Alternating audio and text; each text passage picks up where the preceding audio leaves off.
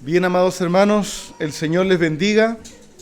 Amén. Amén. Amén. Estamos muy contentos, agradecidos del Señor de este día suyo, de toda la gracia que el Señor nos da, como Él es tan abundante, ¿cierto?, para darnos su palabra, alabanzas a un pueblo, tener comunión, tener gratitud.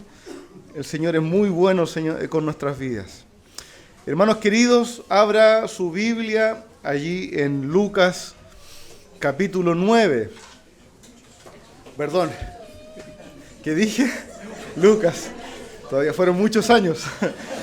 Hechos capítulo 9, Hechos capítulo 9. Bueno, Lucas lo escribe, así que... Bien, vamos a continuar hoy, ¿cierto?, con el relato que Lucas nos hace en cuanto a la conversión, ¿cierto?, y el testimonio del apóstol Pablo. Sí. Denme un segundo.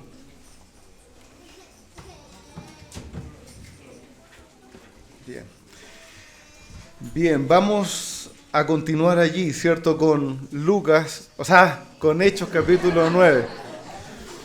Bien, vamos a leer los versos 19 hasta el verso 30. Al verso 30. Dice así la palabra del Señor. Por favor, siga la lectura allí en sus Biblias. Yo leo de la Nueva Biblia de las Américas. Dice así la palabra del Señor. Tomó alimentos y cobró fuerzas y por varios días estuvo con los discípulos que estaban en Damasco. Enseguida se puso a predicar a Jesús en las sinagogas diciendo: Él es el Hijo de Dios. Y todos los que le escuchaban estaban asombrados y decían: ¿no es este el que en Jerusalén destruía a los que invocaban este nombre y el que había venido aquí con este propósito, llevarlos atados ante los principales sacerdotes? Pero Saulo seguía fortaleciéndose y confundiendo a los judíos que habitaban en Damasco, demostrando que este Jesús es el Cristo. Después de muchos días, los judíos tramaron deshacerse de él, pero su plan llegó al conocimiento de Saulo, y aún vigilaban las puertas día y noche con el intento de matarlo. Pero sus discípulos lo tomaron de noche y lo sacaron por una abertura en la muralla, bajándolo en una canasta. Y cuando Saulo llegó a Jerusalén, trataba de juntarse con los discípulos, pero todos le temían, no creyendo que era discípulo. Pero Bernabé lo tomó y lo presentó a los apóstoles y les contó cómo Saulo había visto al Señor en el camino y que él le había hablado y cómo en Damasco había hablado con valor en el nombre de Jesús. Y estaba con ellos moviéndose libremente en Jerusalén, hablando con valor en el nombre del Señor. También hablaba y discutía con los judíos helenistas, pero estos intentaban matarlo. Pero cuando los hermanos lo supieron, lo llevaron a Cesarea y de allí lo enviaron a Tarso. Vamos a orar. Señor amado, así como usted nos dirige cada día, nos ha dirigido en este culto, nos enseña, Señor, nos instruye. Padre, le rogamos ahora también, utilizando, Señor, las herramientas que usted nos ha dado para comprender su palabra, ayúdenos, Señor, a entender estos pasajes, a comprenderlos, a sacar enseñanzas aún de este relato de la vida, ¿cierto?, del apóstol Pablo siendo transformado por la fe en Cristo. Padre Celestial, ayúdenos a tomar ejemplo, a ser transformados, Señor, nosotros también. Padre Celestial, obra por medio de tu Espíritu en tu iglesia. Te lo rogamos, Señor, en el nombre de nuestro buen Señor Jesús. Amén. Amén. Pensaba en alguna ilustración que compartir con ustedes, ¿cierto?, para introducir este pasaje. Yo pensaba para mis adentros, yo decía, póngase en la situación. Creo que cada uno de nosotros ha escuchado alguna vez esta historia de Pedrito y el lobo, ¿no? ¿Cierto? Aquel que dice, viene el lobo, ¿cierto?, y miente, y es conocido por el pueblo por ser un mentiroso, ¿cierto? Por ser uno que no decía la verdad, uno que jugaba allí con el pueblo. Pensamos que el lobo aún no se lo comió, ¿cierto? Y Pedrito dice que se convierte al Señor. Probablemente llegaría a la iglesia y muchos de nosotros diríamos, bueno, quizás es otra de sus mentiras, quizás es otra de sus patrañas, ¿cierto? Y alguna mala broma está queriendo jugar. Y él intentara juntarse con nosotros y fuera difícil creer. ¿Sería usted un Bernabé? ¿Sería usted un Ananías? ¿Sería usted uno de esos hermanos que quizás tomara a este Pedrito que tiene falta de credibilidad por su vida anterior, pasada? Muy profundamente pecadora, ¿cierto? ¿Sería uno de usted de esos que pasaría por alto en la misma misericordia que el Señor tuvo con usted para recibir a ese nuevo hermano que declara ser e incorporarlo al pueblo del Señor? Yo no dudo que haya una lucha de conciencia, aun cuando lo que sucedía con el apóstol Pablo no eran solo mentiras, sino muertes y torturas lo que había en su vida pasada sin el Señor. Pero vamos a ver cómo fue introduciéndose, cómo el Señor puso a este que había sido tan profundamente pecador en su celo religioso, y el Señor lo va estableciendo en la iglesia cristiana. ¿Fueron fáciles estos primeros tiempos? ¿Entró rápidamente? ¿La iglesia tuvo facilidad para recibirle? No, ¿cierto? Podemos responder esas preguntas. Pero el Señor hizo y llevó adelante un proceso con él. Hermanos, vamos a ver la historia de la conversión de un hermano. Lo vieron la semana pasada, ¿cierto? El encuentro con Jesús. Pero ahora también sus primeros pasos y su primer andar con la iglesia del Señor. Así que vamos a ir analizando nuestro texto. Luego veíamos, ¿cierto?, la semana pasada, muy bien, con nuestro hermano Jürgen, cómo fue la conversión del apóstol Pablo, cómo cuando iba camino a Damasco para ir a traer de allá a los cristianos, ¿cierto?, los que habían creído en el Señor Jesús se le aparece en el camino y, ¿cierto?, le dice, Saulo, Saulo, ¿cierto?, y Saulo cae allí, Señor, ¿quién eres? Y le dice, yo soy Jesús a quien tú persigues. Y se encuentra con él, ¿cierto? Cae, está ciego por algunos días, hasta que el Señor envía a nuestro amado hermano Ananías, ¿cierto? Que también oraba, le dice, ve, Ananías también tiene estos temores, pero obedece al Señor, va, ora por él, ¿cierto? Él recobra la vista, es bautizado, ¿cierto? Y comienza a seguir al Señor. Y dice en nuestro verso 19, que luego de haber creído, luego de haber sido bautizado, el apóstol Pablo, ¿cierto? Saulo, recordemos que es la misma persona, tomó alimentos y cobró fuerzas y empezó a andar con los discípulos, ¿cierto? Luego de haber pasado estos 3 días de ayuno, de oración, en que podemos deducir, inferir que también había gran arrepentimiento. Él hasta ese día del encuentro con el Señor Jesús, iba camino a traer, a maltratar, a arrastrar literalmente a personas atadas hacia Jerusalén para ojalá conseguir su muerte, a pedradas. Fueron 3 días de arrepentimiento, de dolor, de estar delante del Señor, de caer en sí, de que estaba corriendo con un celo, pero no un celo según una fe verdadera, sino que un celo religioso.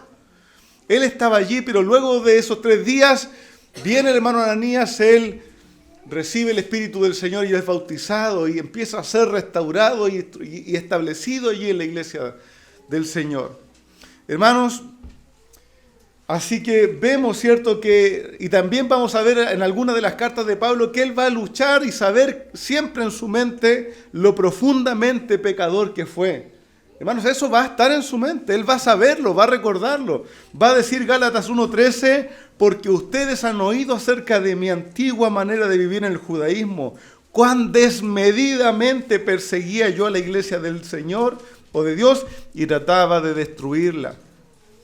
Él sabía lo que había hecho, iba a luchar por esos días con ese pensamiento y arrepentimiento delante del Señor, pero luego de haber recibido perdón y misericordia del Señor, él es bautizado, toma alimentos y empieza a andar con los discípulos, hermanos, allí en Damasco.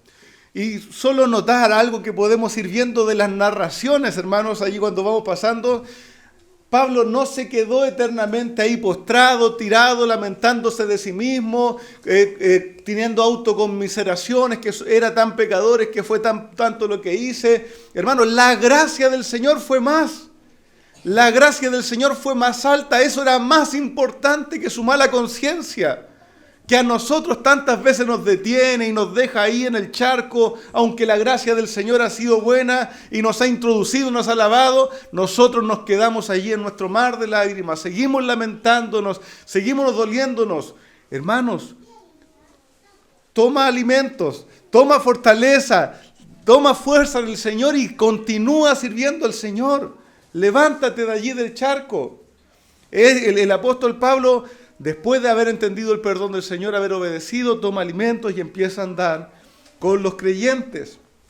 ¿Qué comenzó a hacer este nuevo creyente, aunque con gran conocimiento, ¿cierto? Y experiencia de la palabra del Señor? ¿Cuál fue su primer impulso? Estar con los discípulos. Estar con los otros discípulos. Estar con los creyentes. El amor del Señor, el conocimiento de Cristo le impulsó a estar con los otros discípulos. Y aquí también no nos da el detalle Lucas, pero podemos entender si en Damasco le esperaban para arrestar cristianos, ¿cómo fue que ahora estaba con los discípulos? Probablemente el Señor usó allí un Ananías, quien oró por él, quien le bautizó también ahora para unirle al grupo de los discípulos que estaban allí en Damasco. Y pocos días después, o más bien dice el verso 20, enseguida se puso a predicar a Jesús en la sinagoga diciendo, Él es el Hijo de Dios, y todos los que le escuchaban estaban asombrados. La idea de la palabra ahí, estaban fuera de sí, estaban descolocados. El apóstol Pablo, habiendo creído en el Señor, escuchó el llamado de Cristo.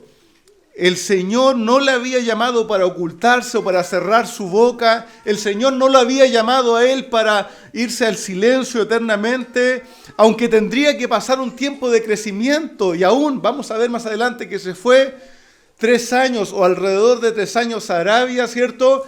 Él había sido llamado para predicar el Evangelio, para predicar a Cristo, para dar testimonio ante los judíos y ante los gentiles y ante autoridades. No podía quedarse allí cerrada su boca, así que a los pocos días, como nos dice Lucas, empezó a predicar a Cristo en las sinagogas. Así que Saulo, mire, y yo le ruego que cuando tenemos un relato, ¿cierto? Un texto narrativo, hermanos, nosotros también podemos ir identificándonos con aquello que la palabra del Señor nos presenta como ejemplo para nuestras vidas. ¿Cierto? No haciendo un principio doctrinal de todo esto, pero identificándonos. El Señor nos está hablando de un nuevo creyente. Saulo, aquel que había llegado, ¿cierto?, a Damasco para arrestar cristianos, ahora iba al mismo lugar. Para los que estaban igualmente perdidos que él, iban al mismo lugar, pero ahora a predicar a Cristo, a predicar al Señor. Fue allí donde el Señor le comenzó a usar en las sinagogas, anunciando y defendiendo que Jesús es el Hijo de Dios. Hermanos amados, note esto, el cambio que hace el Evangelio del Señor Jesucristo, la fe de Cristo, el encuentro personal con Cristo en una persona. No sigue igual, no solo sale bendecido su trabajo, se siente mejor, más tranquilo, hay un cambio radical. El hombre que antes odiaba, ahora es el que ama y proclama. Lo que antes no podía entender, ahora es como luz a sus ojos. Lo que antes para él era herejía y odio, ahora es la verdad que él va a proclamar. Hay un cambio profundo, Hermanos, esa es la transformación del Evangelio que el Señor está haciendo en la vida del apóstol Pablo, pero que hace en todo aquel que en él cree. Lo que antes para mí, no, es que no lo logro entender si me lo explican. O alguien dice, es que yo lo entiendo, pero ¿cómo eso transforma? Y allí la obra del Espíritu Santo en los creyentes es la que transforma ese conocimiento intelectual en luz y viene a ser para nosotros ahora esperanza, luz, salvación, vida. Hermanos queridos, así que ahora Pablo predicaba a Cristo, Jesús de Nazaret, predicaba a Él es el Hijo de Dios, es el Mesías, es el Cristo de Dios, que el Padre ha designado como Salvador y Juez del mundo. Pedro más adelante va a decir, lo va a decir de esta manera, va a decir, este Jesús es el que Dios ha designado como Juez de los vivos y de los muertos. De Él dan testimonio todos los profetas, de que por su nombre todo aquel que cree recibe perdón de pecados. Hermanos, eso predicaban los apóstoles, eso es lo que empezó a predicar Pablo, eso es lo que nosotros hoy somos llamados a predicar. Eso es lo que nosotros somos llamados a predicar. Comenzó a proclamar que Jesús es el Hijo de Dios. Hermano amado, uno escucha la predicación muchas veces por las calles de lo que se llama el Evangelio. Escuchaba ayer una hermana, yo decía, ella estaba predicando y decía, y va bien, ¿cierto? Está predicando. No estamos hablando de riqueza, no estamos, ya, va bien, Señor, ayuda a la hermana. Dijo, lo que aquí predicamos es que usted tiene que creer en el Señor y pedirle con fe. Yo dije, ya, que pida arrepentimiento y perdón de pecado. Pedirle con fe que Él puede sanarla y que Él puede que puede sanarlo y que puede sanar lo que la ciencia no ha podido sanar, y después se fue en ese camino. Hermano amado, eso puede ser una gracia del Señor, una bondad del Señor en sanarnos, en recuperarnos, pero no es el Evangelio. El Evangelio es que proclamamos que Jesús es el Hijo de Dios, que vino según las Escrituras, que murió según las Escrituras, que fue sepultado y que al tercer día resucitó según las Escrituras la proclamaban. ¿Para qué? Para que todo aquel que en Él cree no se pierda, mas tenga vida eterna. Hermanos, eso es lo que predicaba Pablo, que Jesús es el Hijo de Dios. Eso es lo que envuelve lo que él estaba predicando. Eso es lo que Pablo le decía en 1 Corintios 15. Si ustedes creen esto y lo retienen, tienen salvación. Si no creen esto específicamente, han creído en vano. Eso es lo que empezó a predicar y anunciar por las sinagogas. Así que predicaba. Ahora el hermano Saulo predicaba a los judíos, y al oírle los judíos estaban descolocados, habían pasado 3 días solamente en que él venía camino a buscar a cristianos, y ahora él era un cristiano.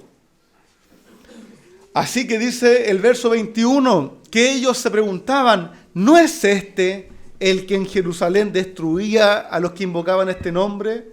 ¿No es este el que había venido aquí con el propósito de llevárselos arrestados a Jerusalén?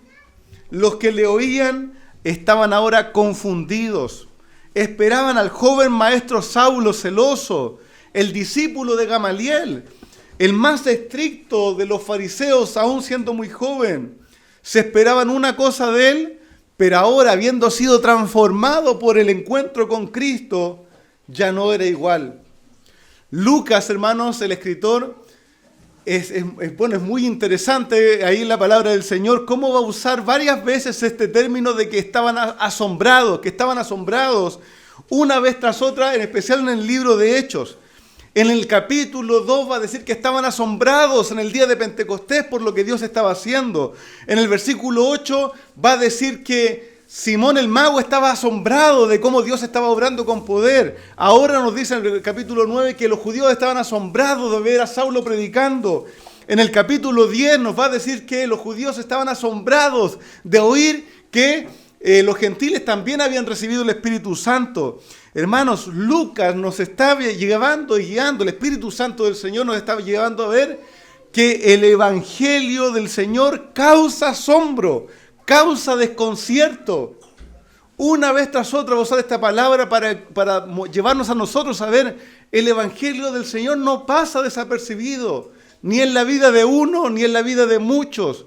En la vida de aquel que está viviendo al Señor causa asombro, y eso no siempre en el sentido de maravilla, sino en un sentido a veces de desconcierto, descoloca a las personas.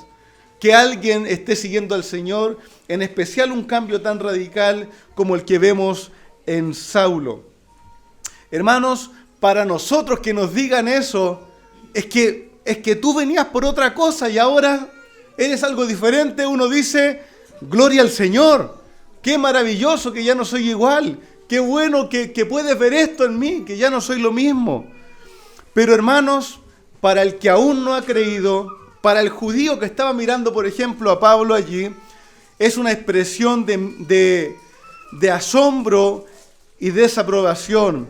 Ya no eres igual de apreciado ante los ojos de aquellos que te esperaban antes. Ya no eres igual de agradable.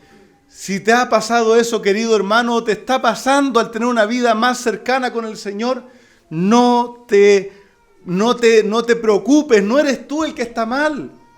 Es que el Señor está haciendo una obra, es que de verdad ya no eres lo mismo. Hermanos queridos, así es el obrar del Señor. Podemos imaginar, y permítanme introducirnos ahí un poquito en el contexto, cuando ahora Saulo estaba predicando, bueno, va a pasar el rabino Saulo, ¿cierto?, a hablarnos, y él empezaba a defender. Quizás después los rabinos se acercaban a Saulo y le decían algo como: Saulo, ¿estás bien, Saulo? Estás extraño, ya no eres el mismo con el que compartíamos, con el que examinábamos las tradiciones. Ahora te juntas con estos herejes, con estos locos, los del camino. Saulo quizás gozoso replicaba: no, querido rabino, estoy mejor que nunca. Conocí a Jesús, o en realidad Él me conoció a mí. Me salió al encuentro en el camino y yo lo oí y ahora creo Él es el Hijo de Dios. Los que le escuchaban quizás replicaban una vez más: pero no llegó aquí a arrestarlos y a llevárselos a los sacerdotes de Jerusalén. Hermanos, y aunque los que le veían y le oían, ¿cierto? Bueno, los que le veían y le oían estaban cada vez más confundidos, descolocados.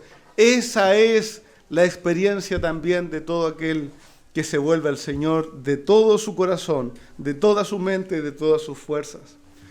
Aunque ellos ya no le miraban con admiración, aunque ya no le hacían parte del grupo, aunque ya no estaba bien valorado entre las sinagogas donde llegaba a predicar a Cristo, la palabra del Señor dice el verso 22, pero Saulo seguía fortaleciéndose y confundiendo a los judíos que habitaban en Damasco, demostrando que Jesús es el Cristo. Y esta es la idea, hermanos, que Saulo, cuando dice Saulo seguía fortaleciéndose, ahí lo que está diciendo la palabra del Señor es que Saulo fue siendo más y más fuerte en el sentido de la predicación de Cristo, en el sentido de la predicación.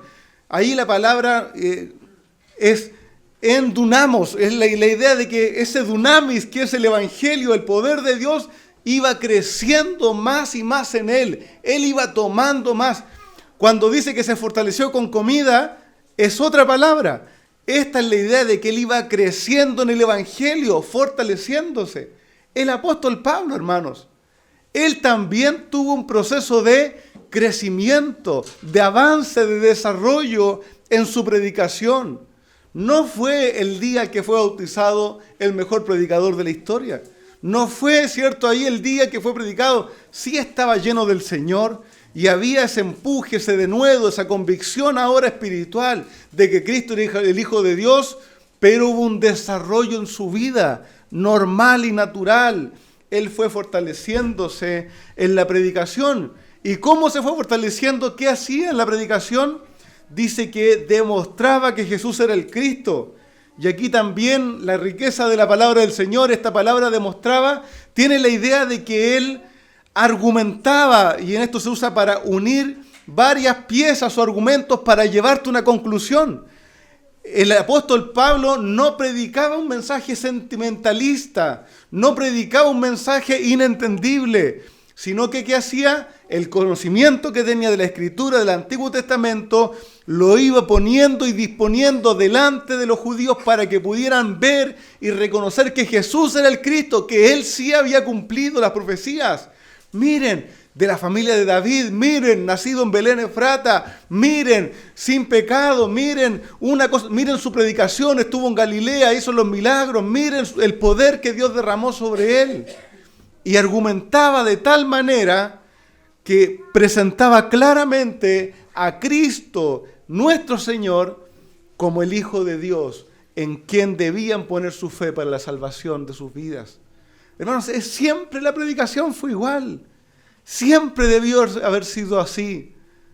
hermano amado, eso es lo que Pablo empezó a crecer, a fortalecerse y a desarrollar en su vida. La predicación de Pablo del Evangelio no era pasional ni inentendible, sino que era demostrar por medio de la palabra de Dios que Jesús es el Cristo. El Señor usó el conocimiento que él tenía de la Escritura y le iluminó llevándole al entendimiento correcto del Antiguo Testamento. Luego nos dice el verso 23, después de muchos días los judíos tramaron deshacerse de él.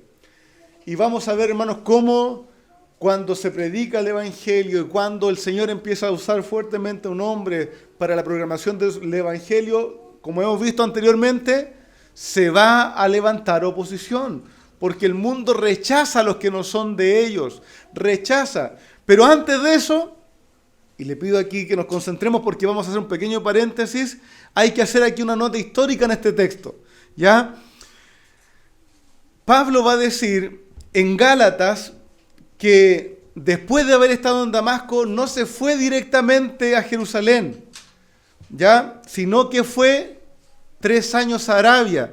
Entonces, por eso Lucas va a decir, después de muchos días, encontramos a Pablo predicando en Damasco, pero luego de muchos días es perseguido en Damasco y arranca hacia Jerusalén. Algo pasa ahí entre medio. Si puede, vaya ahí a su Biblia, Gálatas capítulo 1, verso 15, y después veremos el 17 y 18. Gálatas capítulo 1.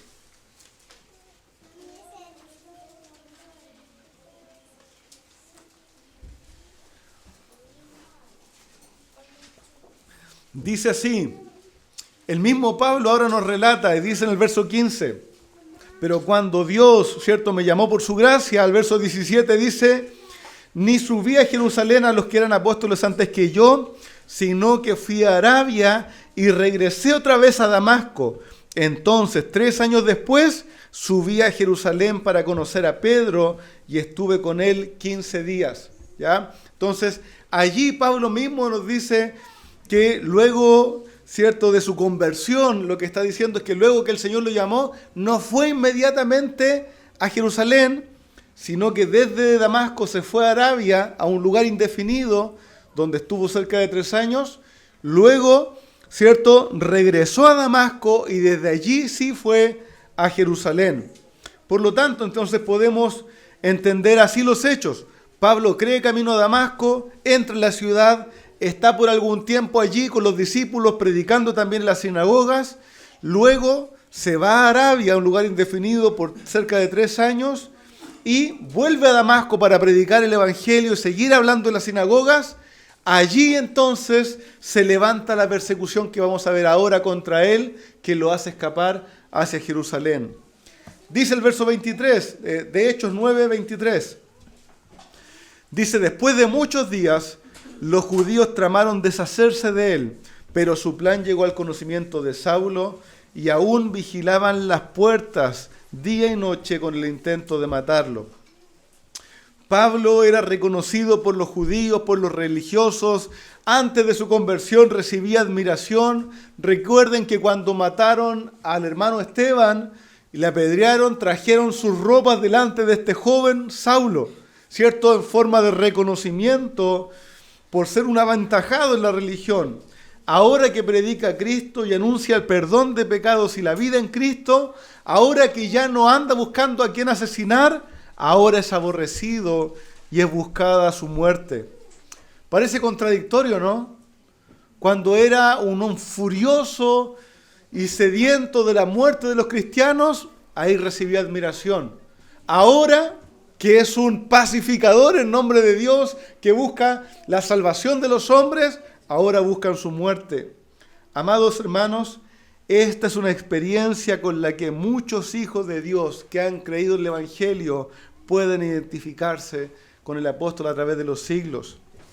En esto quisiera animarlos a los que están conociendo al Señor, porque este tiempo cuando te encuentras con rechazo por causa de estar mejor en el Señor, causa contradicción, causa problemas en nuestra conciencia, en nuestra mente. Hermano, no te espantes, no eres tú el que está mal. El Señor Jesús nos enseñó y les advirtió a sus discípulos: si el mundo los odia, sepan que me han odiado a mí antes que a ustedes. Si ustedes fueran del mundo, el mundo amaría lo suyo, pero como no son del mundo, sino que yo los escogí de entre el mundo, por eso el mundo los odia. Hermanos, mientras estábamos en el mundo envueltos en nuestras propias idolatrías, envueltos en una vida religiosa, pero sin un verdadero conocimiento del Señor, no nos aborrecía nadie. Probablemente no teníamos grandes problemas sociales por encajar. Si estábamos con los mundanos, ellos se gozaban al oír nuestras groserías, al vernos borrachos, al vernos malvivientes, al vernos con romances y vidas destruidas por el pecado. Ahí éramos parte del grupo, gozábamos con ellos. Pero cuando el Señor nos salvó y nos limpió de nuestra suciedad, ahora somos causa de asombro. No, es que estás raro, es que eres diferente, es que ya no eres tan alegre como antes. Mire la mentira y el engaño de Satanás. Y te hacen pensar que tú no estás bien, cuando la gracia del Señor nos ha salvado y nos está transformando y nos está lavando. Hermanos, Pedro va a decir así en su primera carta, al capítulo 4, verso 4, dice: a estos les parece cosa extraña que vosotros no corráis con ellos el mismo desenfreno de disolución y os ultrajan, pero ellos darán cuenta al que está preparado para juzgar a los vivos y a los muertos. Hermanos, así también, quizás usted no salió de ese mundo entregado a las disoluciones, quizás usted salió de un mundo religioso, un mundo evangélico religioso, o un mundo católico religioso, con esta religión superficial, siguiendo tradiciones, siguiendo reglas. Mientras parecíamos igual que todos los demás religiosos, no había problema. Nadie nos perseguía, nos daban un puesto, nos alababan por ser el mejor de los religiosos.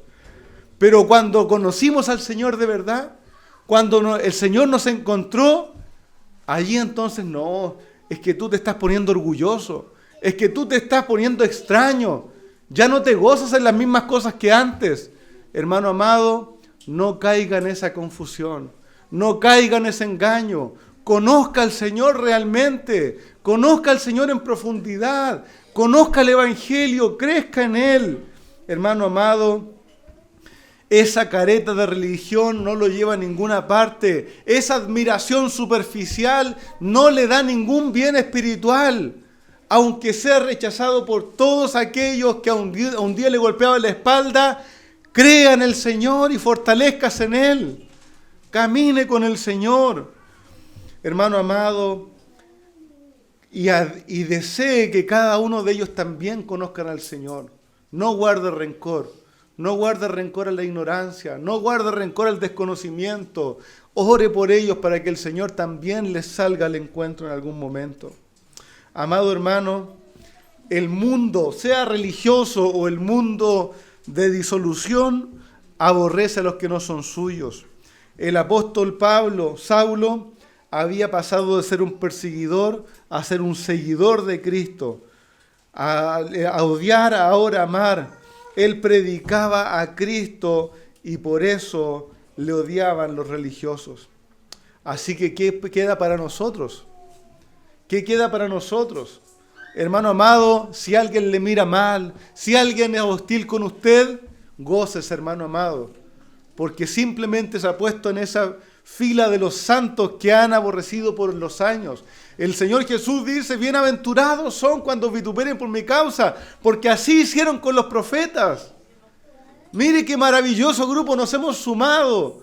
Si alguien nos llegara a despreciar, a insultar y a hostigar por causa del Señor. Ahora, hermanos, buscaban la muerte de Saulo. Vigilaban las puertas, ¿para qué? Para que no se escapara. Para tomarlo ahí en la puerta, arrestarlo y quitarle la vida. ¿Qué debía hacer Pablo? ¿Qué debía hacer Saulo en ese tiempo? ¿Debía entregarse a los brazos de la muerte? ¿Debía ir y entregarse él mismo a los que buscaban asesinarle? No es una decisión fácil, ¿no? No es fácil decirlo. Sí, voy a las puertas para que me tomen y me maten. Pero hermanos, había allí. Bueno, Señor, tú me llamaste a un ministerio, quieres que predique tu palabra, estos hombres buscan para matarme. Tiene que haber sido una decisión difícil. ¿Qué hacer? ¿Qué debía hacer el apóstol Pablo? Hermanos, él no estaba acostumbrado a ser quien escapaba, pero ahora él debía hacerlo. Los judíos se habían organizado para capturarlo y matarlo, y aún estaba involucrado aquel gobernador, el gobernador de la ciudad de Damasco.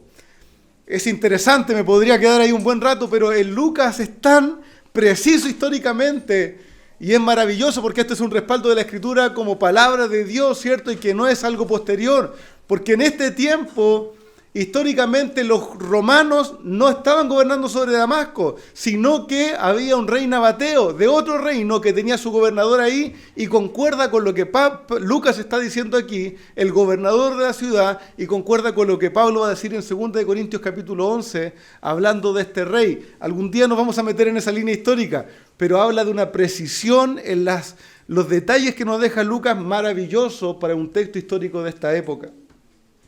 Así que estaban organizados aún con el rey, con el gobernador de la ciudad, para matar a Saulo. Y dice el verso 25, pero sus discípulos tomaron, ¿cierto?, a Saulo de noche y lo sacaron por una abertura en la muralla, bajándolo en una canasta. Hermanos, es bueno para nosotros meditar en esto y notar esto, porque va a ser algo que va a suceder más de una vez en la vida del apóstol Pablo. El tener que escapar de una situación de riesgo, de muerte, mientras predica el Evangelio. Una vez tras otra, cuando se levantaron grandes tumultos a causa del Evangelio, el apóstol y sus colaboradores escaparon a otro lugar para seguir predicando el Evangelio. Hermanos amados, no vemos en el apóstol Pablo ni en sus colaboradores una actitud temeraria y casi necia buscando el maltrato y la muerte. Ojo allí, no vemos en el apóstol Pablo nunca una actitud temeraria de ir allá donde me van a pegar, allá voy para que me peguen y buscar, ¿cierto?, el conflicto y la muerte. Hermano amado, no vemos eso. En esto, hermanos amados, debemos entender, cuando un cristiano sufre por ser cristiano, se goza en ese honor. Dios lo ha prometido, pero nunca el Señor nos ha mandado a ir en búsqueda de la muerte y del maltrato por causa del Señor. ¿Estamos dispuestos a la persecución? Amén. Pero no somos masoquistas, necios, irracionales. Hermano, cuidado con eso. Que estos que a veces se llaman los valientes de David y van a meterse a una protesta hasta que les pegan, ¿cierto?, y los maltratan, hermano, no es una actitud a ensalzar. Querido hermano, puede haber incluso en esa pseudo valentía mucho de arrogancia. Así que cuidado con esas actitudes. Estamos dispuestos a la persecución, pero no somos personas irracionales. No fue... Hermanos, piensen esto, no fue Satanás mismo quien trató de tentar al Señor y decirle, llevándolo a la altura del templo y decirle, lánzate abajo. ¿No te prometió el Señor que mandará a sus ángeles que te cuiden y que guarden tus caminos? ¿No fue Satanás el que incitó al Señor a buscar un maltrato físico para ver si el Señor le iba a resguardar o no? ¿Y el Señor cómo le respondió? El Señor le dijo, no tentarás al Señor tu Dios. El mismo apóstol Pablo también nos va a enseñar, hermanos amados, en la primera carta a Timoteo, que oremos por las autoridades, para que vivamos quieta y reposadamente, con el beneplácito también de ellos, si el Señor lo quiere. En 1 Corintios 13 también el apóstol Pablo nos advierte, dice 1 Corintios 13:3, si repartiese todos mis bienes para dar a comer a los pobres y entregase mi cuerpo para ser quemado y no tengo amor, de nada me sirve. De nada. Estas actitudes valerosas, arrojadas, hermanos, no siempre nacen de una devoción verdadera al Señor. Debemos ser sabios saber que si nos toca sufrir por la causa de Cristo, bienaventurados somos, porque es evidencia de que el Espíritu del Señor reposa sobre nosotros. Pero si el Señor nos da reposo, nos gozamos en su gracia y su misericordia. Él conoce nuestra debilidad. Quizás no soportaríamos un dolor como ese. Él se acuerda de que somos polvo y nos da tiempos de paz para servirle también en paz a Él. Así que el apóstol Pablo, rodeado por los hermanos, es tomado, ¿cierto?, y es bajado en una canasta para ser enviado, ¿cierto?, hacia Jerusalén. Y cuando Saulo llegó a Jerusalén, trataba de juntarse con los discípulos, pero otra vez, todos le temían, no creyendo que él fuera discípulo. Amados hermanos, por causa de la debilidad humana en nuestros cuerpos, ¿cierto?, vamos a dividir este sermón en dos partes, ¿cierto?, porque viene toda otra sección de el apóstol Pablo en Jerusalén. Pero, amados hermanos, quisiera animarles. Las narrativas y los relatos que nos deja la Escritura son para nosotros ejemplos del obrar del Señor a través del tiempo. Amado hermano, recuerde, el apóstol Pablo pasa de ser un perseguidor a ser un perseguido. Él pasa de ser un odioso y furioso perseguidor de la fe de Cristo a ser un discípulo del Señor. Y eso trajo asombro, trajo rechazo y contradicción. Hermano amado, descolocó a los que estaban alrededor de él. Queridos hermanos, eso es natural. Eso es parte de la obra del Señor. Eso es parte de la transformación que el Señor hace en nuestras vidas. No rehúya a eso. No le tenga miedo a eso. Hermanos, un día usted va a estar lleno de amigos, rodeado de personas, y el otro día es un cristiano y no le hablan, no le invitan, no le convidan ahora, no es parte de su grupo. Glorifica al Señor por eso. Glorifica al Señor. ¿Y qué hace? Busque a los discípulos. Busque a los discípulos. Haga nuevas relaciones. Ahora con el pueblo de Dios.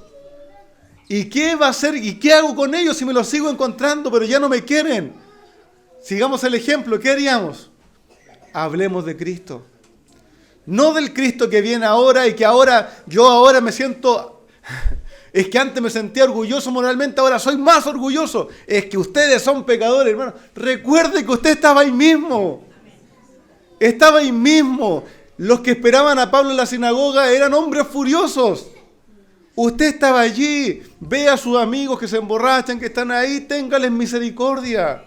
Hábleles del Señor, hábleles de la gracia de Dios, hábleles de que Jesús es el Cristo, que cumple las promesas del Antiguo Testamento y que nos da esperanza de salvación y vida eterna. No se enorgullezca, no hay lugar. Si somos un pueblo salvado por gracia, no hay lugar al orgullo. Hermano amado, busque servir al Señor, hónrelo allí. Y si en algún momento las situaciones se vuelven tan intensas, tan difíciles, tan terribles, que necesita quizás moverse para servir al Señor en otro lugar y ser de bendición, tome las decisiones correctas que necesite tomar. Sea sabio, busque consejo. Para a veces hay que tomar la decisión de yo moverme. Lo intenté, prediqué, busqué, insistí. Pero hay veces que hay un momento que hay que decir, bueno, el Señor les ayude y me traslado a otro lugar a hacer lo mismo, no a quedarme callado, no a avergonzarme, no a quedar como infiltrado, sino que a honrar al Señor también en el nuevo lugar. El Señor nos ayude y transforme nuestras vidas. Vamos a orar. Señor amado, te damos gracias por este tiempo, te damos gracias, Señor, por...